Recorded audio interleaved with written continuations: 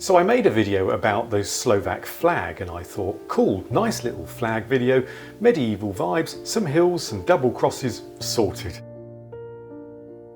Turns out, I accidentally reopened a 1,000-year identity crisis. The comments section basically became a live-action version of the Battle of Mohawks, with Slovaks and Hungarians charging at each other using keyboards instead of swords. So today we're diving back in. We're going to look at what this flag actually means, who used what symbol first, and whether the Slovak coat of arms is a beautiful expression of identity or a cheeky bit of cultural rebranding. Alright, short answer, not really. But it's a little messy. Let's unpack it casually, because it's one of those classic heraldic spaghetti bowls where sure, but no, but also maybe. First up, the double cross. No, it's not a symbol of betrayal, it's actually rooted in Christian symbolism, most likely introduced into Central Europe via the Byzantine Empire. Now, supporters of Hungary say this cross is the cross of St. Stephen, adopted by the first Christian king of Hungary around the year 1000. And they're not wrong, it was on the Hungarian crown, and by the 12th century it was basically Hungary's medieval LinkedIn profile picture. But Slovak defenders point to the Duchy of Nitra, a Slavic principality from the 9th century, as an early user of the double cross. And this isn't just nationalistic wishful thinking. According to historians like Stanislav J. Kuszban, the double cross was used by great Moravian rulers and may have appeared as a Byzantine-style cross of authority granted to missionaries like Cyril and Methodius. So, was Slovakia first? Maybe not quite. But the symbol was used in the region before Hungary was fully Christianized. Now, quick side quest, Lithuania also has a famous double cross called the Jogaila cross. In Lithuania, the double cross came from Jogaila, Grand Duke of Lithuania and later King of Poland.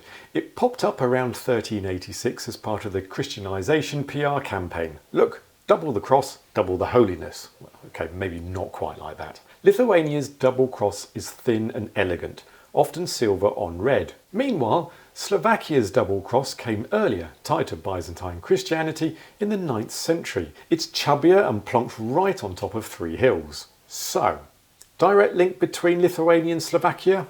No. Shared Christian values? Definitely. Medieval Europe just loved double crosses? Absolutely. Verdict? Well, shared origins, not stolen, just parallel symbolic evolution, like two neighbours who coincidentally bought the same IKEA bookshelf. Next up, the hills. Slovaks commonly interpret these as the Tatra, Fatra and Matra mountains. It's poetic, it's patriotic, it rolls off the tongue, and it might not be completely true. Historically, three hills have also been linked to Christian virtues, faith, hope and charity, or to hills around Buda, yes, Hungarian Buda as in Budapest, associated with early Hungarian rule. So how did they become associated with Slovak mountain ranges? Well, Slovak nationalists in the 19th century began tying these symbols to their own geography and identity. The association with the Tatra, Fatra, Matra shows up in Slovak literature, heraldry and even schoolbooks from the late Austro-Hungarian period. Even Hungarian sources from the 1800s acknowledge that Slovaks saw these hills as theirs. The verdict? Originally metaphoric hills, later nationalised. Not a lie, just a symbol doing what symbols do best, changing depending on who's holding the pen at the time. The Slovak flag, white, blue and red, immediately people yell Russia or Hungary or occasionally Slovenia, which, well, yeah, fair enough. But here's the thing, these colours weren't picked out of a hat, they're Pan-Slavic inspired by Russian tricolours. Yes, but used by Slovaks as early as 1848 revolutions, when Slavic nations were pushing back against imperial rule. Slovak volunteers used these colours during the uprising against Hungary. The blue in particular became a stand-in for distinct Slovak identity, not Russian allegiance. And just so we're clear, Hungary's current flag, red, white and green, wasn't adopted in its modern form until after Slovak colours were already flying. So the verdict here, Pan-Slavic colours with revolutionary roots, no plagiarism here, just colour-coded resistance. So let's talk about stealing. Yes, Slovakia was part of Hungarian kingdom for about 1,000 years. Yes, many symbols, including the coat of arms, were shared across the realm. But Slovakia didn't just lift a Hungarian symbol and slap it on their flag. The Slovak coat of arms is based on medieval seals used in what is now Slovakia, adopted with Pan-Slavic colours to distinguish itself from Hungary. And here's the fun bit.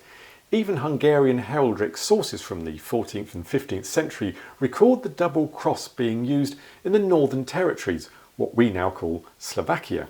It's more like they took an old dusty symbol from the attic of shared history, cleaned it up and gave it a fresh lick of blue paint. So the verdict here, adapted, not stolen. You can't steal something that was partly yours to begin with. In the end, the Slovak flag is a bit like a family heirloom.